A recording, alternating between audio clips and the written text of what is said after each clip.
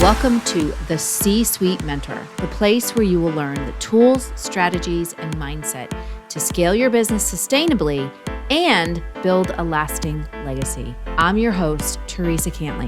As a fellow CEO, I understand what it takes to scale a business to 7 and multiple 8 figures. It's not necessarily what you might think. It requires a complete shift in how you think, strategize, and execute key actions in your business. My mission is to help CEOs step back into the driver's seat of their business by optimizing their operations, empowering their team, and staying in total alignment with their big vision. So, are you ready to exchange everything that hasn't worked for strategies that will? You're in the right place, so let's go. Hey there, and welcome back to another episode of the C-Suite Mentor podcast. We are going to go down a different road, a little bit of a different road with this week's podcast. And I wanted to talk about different types of business owners and what it really takes to go from being a business owner to being a CEO. And I'm going to tell you a little bit of the backstory for wanting to do this episode. I have notes written, but I got to tell you, I'm probably going to end up ad-libbing some of this. So we're just going to keep it real today for this episode. I've been wanting to record this episode for some time. I actually had a conversation a while ago with my best friend who passed away with her husband. We were talking about my business and we were talking about some things that were going on and some challenges and obstacles and struggles. And this topic came up and I wanted to just talk about it today on the podcast and give some insight to it. Because a lot of people think that being a CEO, that every CEO is the same personality type, disc profile, Myers-Briggs, you name archetypes. I don't know. There's so much stuff out there that every single CEO is the same. And the truth is they're not. And I'm gonna talk about that. We're all individuals. We all have unique skill sets. We all have unique capabilities. And what it takes, or when we start our business and we're a business owner, we start off one way and then we shift into that next level, which is when we learn how to fully embody being a CEO. And the difference between being a business owner and being a CEO is a business owner owns a business. A business owner runs a business, takes their dream, and creates something with it. A CEO architects the future. A CEO architects the next steps for the business. A CEO really goes all in on their business and can take it to the next level. It is a way of being. It's a way of being. It's embodying what it really means to lead in this new era. But as I said, a CEO, it's not like this, blanketed thing where every CEO is the same. Every CEO has the same strengths. Every CEO has the same capabilities. There are differences, and I'm going to get into that. But the background for this and why I wanted to talk about this is I was in a background. Listen to me. I was in a mastermind last year. And it was a great mastermind. And one of the things to really step into being a CEO is surrounding yourself with people who push you to think bigger, to really step outside your comfort zone, and to really push you to grow. Okay. And I was in this mastermind and with some really amazing people. And there was one individual in there that was quite an obstacle and a challenge. And I have to just say this, this quote from Gandhi that I had heard a little while ago really resonated as I was writing out my notes for this podcast, which is, I will not let you walk through my mind with dirty feet. So if you just think about it and let it resonate, I will not let you walk through my mind with your dirty feet. Meaning that walk through your mind, give you criticism and critique, and just negative, have that negativity walking through your mind. We need to rid ourselves of that and let it go. And the reason why I brought that up is because this person who was very challenging and very much of an obstacle, and for whatever reason, made a comment the other day, because we're still kind of in this group chat, and they made a comment the other day that a big mistake that they see business owners making is that they take business advice from a CFO or a COO. And how could you take business advice from a CFO and a COO when they aren't visionaries and they've never grown a business? Now you can see where that quote comes in. And the truth is that, number one, I know plenty of CFOs and COOs who have grown many businesses. And in my experience, and I've been working with entrepreneurs for 25 years. I've been helping people build businesses for the past 10. And I've got to tell you, the number of COOs that I've come in contact with of small businesses who really are functioning in more of a CEO role, because whether they're being mentored to end up taking over the company, okay, or that's just kind of the way that things are laid out because of what I'm going to share with you, or they just have that affinity.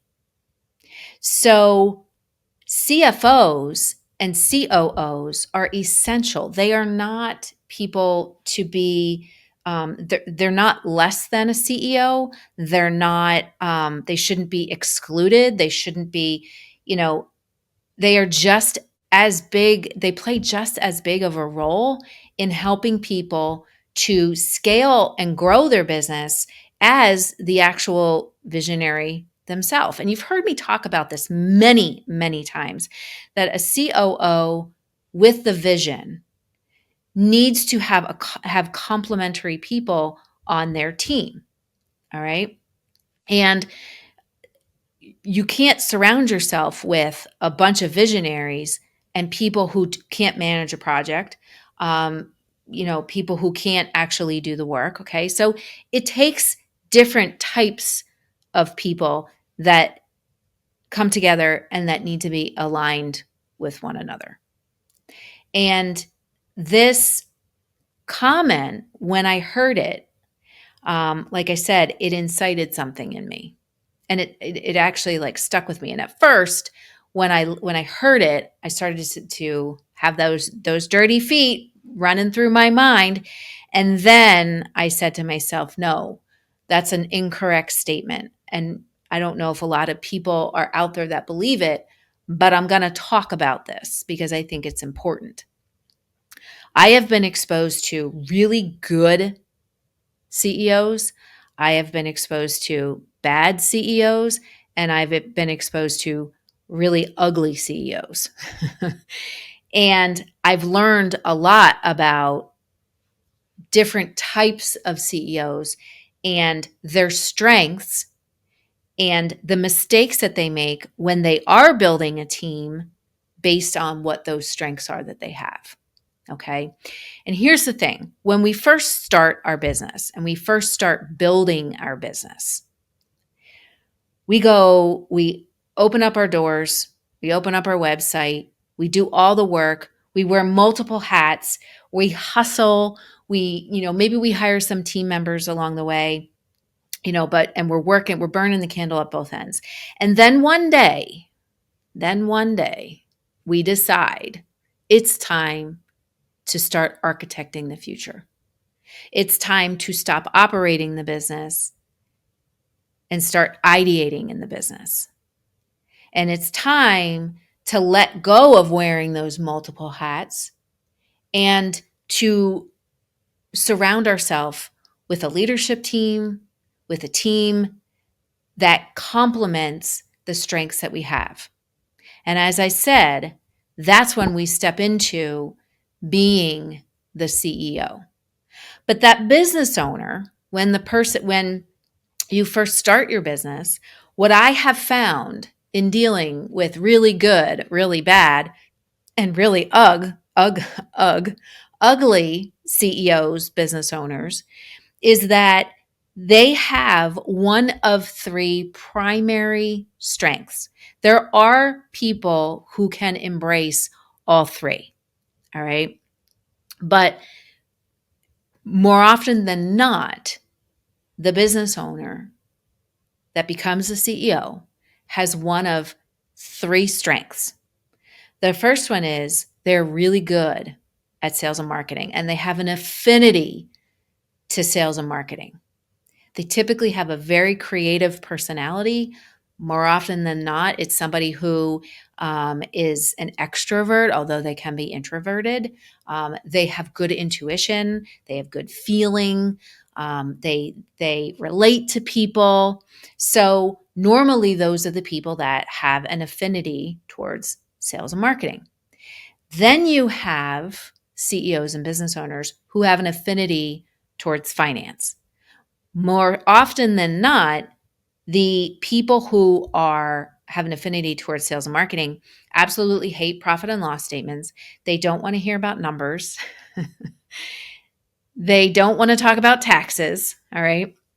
The people who have that strength in the finance, when you start talking about processes and operating procedures and SOPs, they can't sit down and focus on that. And then you also have people who are really strong in operations. And those people, the ones that are the strongest in operations, understanding how things work, understanding, wanting to put some structure in place so that the team can come together. Okay. Those are normally, in my experience, the people who have strength in operations can actually have strength in the finance area and actually have strength in the sales and marketing area. Okay. And those people that have that strength in operations many times over have been project managers, have been fractional COOs or COOs, or have been director of operations. Okay. So making the statement that someone who is a COO or someone who is a CFO, there's just such a false, it's just, and not that you shouldn't listen to them, because number one, if that is their primary role, they have a lot of input to give you about growing your business as the CEO. And stating that they're not visionaries. They're not driving the boat on your business. They are giving you input for things that you may not see yourself as a CEO, and they see it in a different way. A true CEO, if we go back to what I said, that they are architecting the future. They know how to surround themselves with good people who have complementary skills, who can collaborate with them, who can take a project and run with it if that is not the CEO's strength. But the CEO always has the vision. And if the CEO is fully embodying the role of a CEO, they can communicate that vision to the people who are helping them to run the business, helping them to guide the ship. And as I said, if you have, I am a fractional COO for a gentleman who has 5 businesses, potentially going to be 6. And I actually function in a CEO role as well in some of those businesses. It's just the way that he developed the role because of the transition that he's potentially going to be making.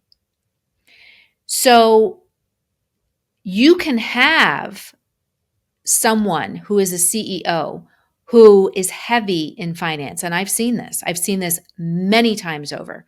Someone who owns a business, who either worked in finance or just has an affinity towards financial information and numbers, budgets and forecasts and all that stuff, and has an affinity to that, but they're not really good at having that big giant vision. And they need some help with that.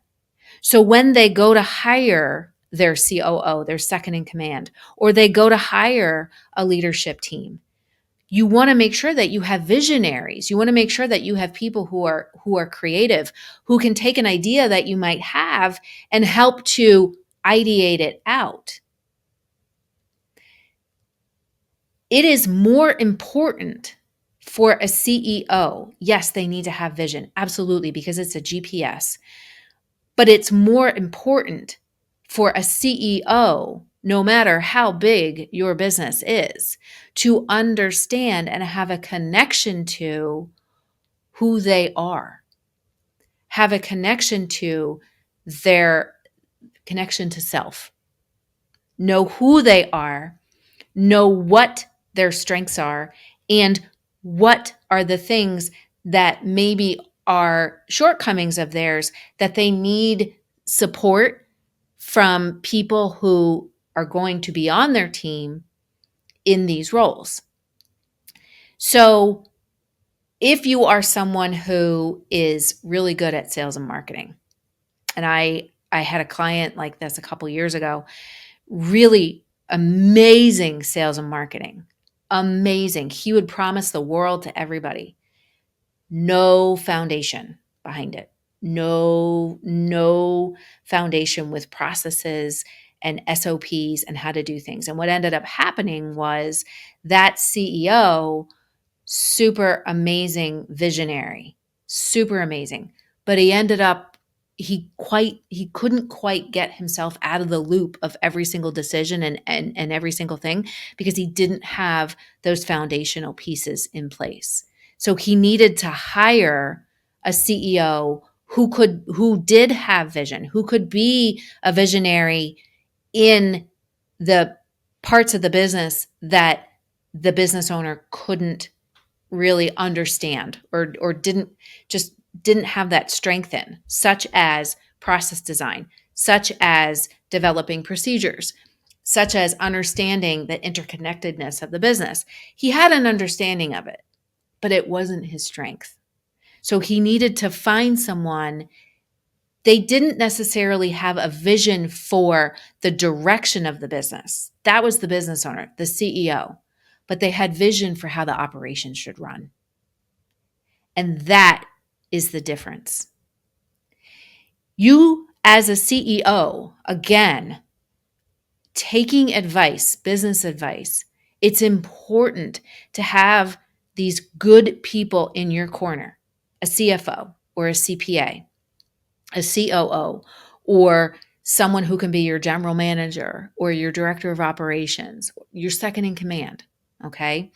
You need to have someone really good in those positions so that you can stay focused on the vision and the direction that you want to take the business, but they might have vision in these other areas and understand how though the vision in marketing, the vision in accounting, the vision in operations, customer fulfillment, they have the vision for all of those pieces and understand how that fits into the bigger vision of the company. So as soon as I started to, it was funny because when that comment was made, and I got really upset, and I thought I'm human, and I thought to myself, wait, that's just not right. I thought back to the conversation that I had with my best friend's husband, my friend, and I thought back to that conversation and about how not all CEOs are created equal. They aren't. We're human. We're individuals.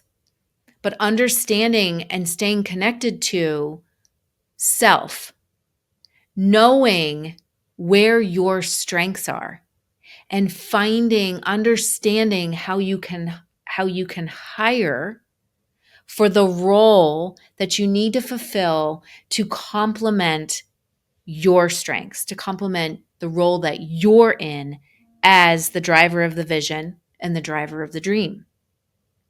When we hire people who are similar to us, and I've seen people make this mistake, they hire people who are all numbers people. There's no vision. And I mean really a vision for the direction of the business. But then there's also no understanding of the order that things need to be done. You can budget the crap out of the business. You can manage the cash flow like amazing. But to be able to say, okay, here's how we're going to get from point A to point B in the shortest amount of steps, they can't do that. So you have an entire leadership team or an entire team of people who all have the same strengths and no complementary strengths from other people. So understanding your role as a CEO, understanding where you have talents, where your affinity is, and using that for good, using that to drive the vision forward, to drive the business forward. And at the same time, surrounding yourself with people who can give you input into and help you to drive the bus, to drive the boat, so that the business and help you course correct when you make mistakes. I have a CFO in my business, and there are things that he sees that I don't see. And that's a good thing. And I get business advice from him as far as the direction that I need to go. Because again, I'm not always going to have all of the answers. And again, that's another mistake. And quite frankly, that I would tell this person is that your way is not the right way all the time. And that's where the dance between conviction and adaptability comes in. Being convicted in the dream that you have, the vision that you have, but being okay with being adaptable as far as how you're going to get there because of the input that you get from trusted advisors, from coaches that have helped people to get to that place that you want to go, coaches, mentors, consultants. I mean, I worked with a coach one time. This is a little bit of a sidebar, but I worked with a mentor who was a CEO of multiple businesses, and she worked her way up in the business, in a corporation, and became a CEO. She never owned a business. She never built a business from scratch, ever. But her advice was valuable. Her advice was valuable because she had been in the role of a CEO. So again, having those trusted advisors, whether they be coaches or mentors or your CFO or your COO, that can see things that you don't see and help you avoid big, giant, huge mistakes that could be very costly. I mean, at the end of the day, yes, we don't have control over the outcome, but we have control over what we put into it. And if you have a team of visionaries, if you're an extreme visionary and you do tons of sales and marketing and you're super good at it, but you have nothing at the back end of it, you have no foundation to support what you're selling, you're going to run into problems. So as a CEO, going from business owner to CEO is the difference between owning a business and architecting your future and owning that future. And understanding that, yes, you are the CEO, you can pivot and shift and change direction, and you can make decisions in all different areas. But you also need to surround yourself with good people who have these strengths that can help to guide the direction of the business. So if you have someone that has said something to you and it has rubbed you the wrong way, I want you to remember this. Do not let them walk through your mind and take up valuable space with their dirty feet. Do not let anybody get under your skin and take up valuable space in your mind, space that is intended for a dream to grow, for a new dream to be born, and for solutions to come about that this world needs. So, if you are listening to this episode and you're saying to yourself, I am a business owner and I want to make the leap. I want to choose to make the leap to become a CEO. Or you're a CEO and you're thinking, I need a second in command. I need to build this leadership team because I don't have all the answers and I know I don't. And that's holding me back. Then I would love to have a conversation with you. Let's jump on a call and let's do a quick business audit. We'll do a quick business audit where we can take a look at what does the structure really look like in your business and what are the things where are your blind spots and how can we start to make some positive changes to start moving you in the right direction. And if that is you in either one of these scenarios, let's jump on a call. So if you go to theresacantley.com/business audit, let's jump on a call. We'll do a quick 20-minute call. We can get in, we can have a conversation about what's going on, what's the situation in your business, and then also give you some actionable steps so that you can start moving forward faster. Remember this, no CEO is built the same. No CEO thinks the same. I mean, yes, there are similarities, absolutely, but we're all individuals. And I think the bigger thing is understanding that and understanding who you are. And I think the more you understand who you are as a person, as a CEO, and why you do what you do, you're able to say, this is who I need surrounding me. Because today, putting those people into the right roles is so different than what it was a year ago, 5 years ago. But the more you know who you are, what your strengths are, you can find the right people to help you steer the ship and get to your destination. So I hope you have a great rest of your day. And again, if you want to, really work through some of these things, go to theresacantley.com/business audit and let's chat. All right. Have a great rest of your week. Hey there. Thank you so much for listening. If you found value on the show, please follow the podcast so you never, ever miss an episode. And I would love, love, love if you would leave a review on Apple Podcasts or Spotify for me. Even better, share the show with a fellow business owner ready to step fully into their CEO leadership role. Because right now, more than ever, the world really needs next level leaders. And by the way, did you know you can text me all your questions and get real-time feedback? You absolutely can. Just text the word CEO to me at 610-215-2838 to get connected. One last goodie for you before I go. If you're ready to scale your business and have a co-creator working right by your side, my C-Suite Mentor Program may be perfect for you and your possible new second in command. Just visit theCSuitementor.com to get started.